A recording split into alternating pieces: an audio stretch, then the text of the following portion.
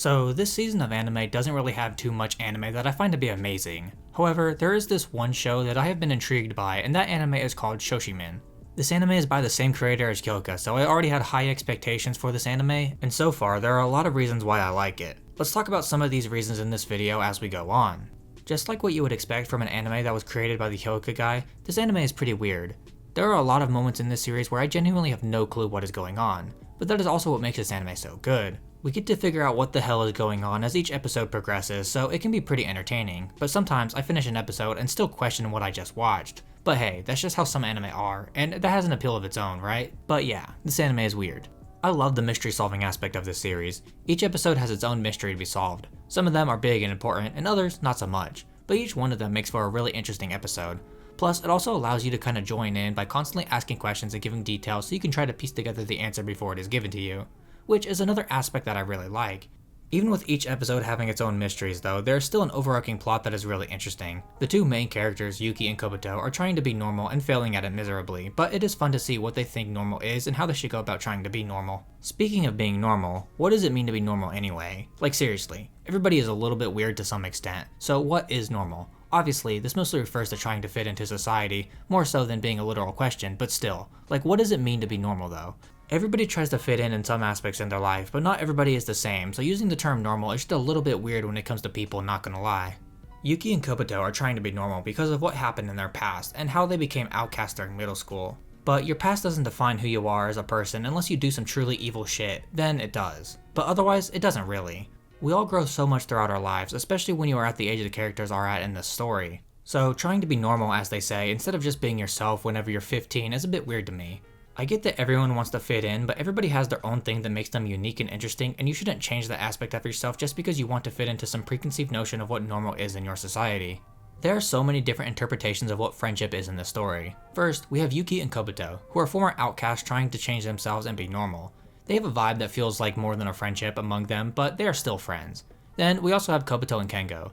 Kengo is the type of friend who will push people along to be their best selves.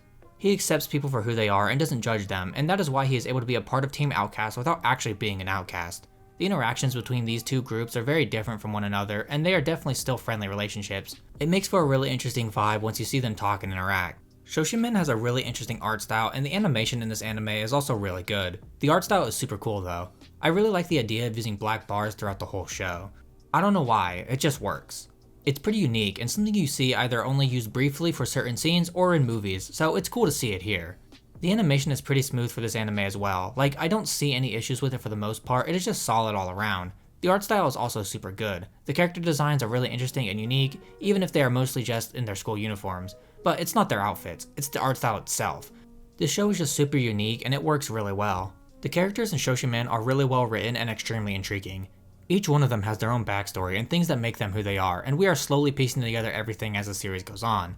Kobuto is a mysterious guy. He is really smart and is able to solve all kinds of mysteries with what seems like relative ease, yet he wants to pretend like he can't do all of that for the sake of being what he refers to as normal. However, the anime forces him to use his intelligence all the time, as that is how the story progresses.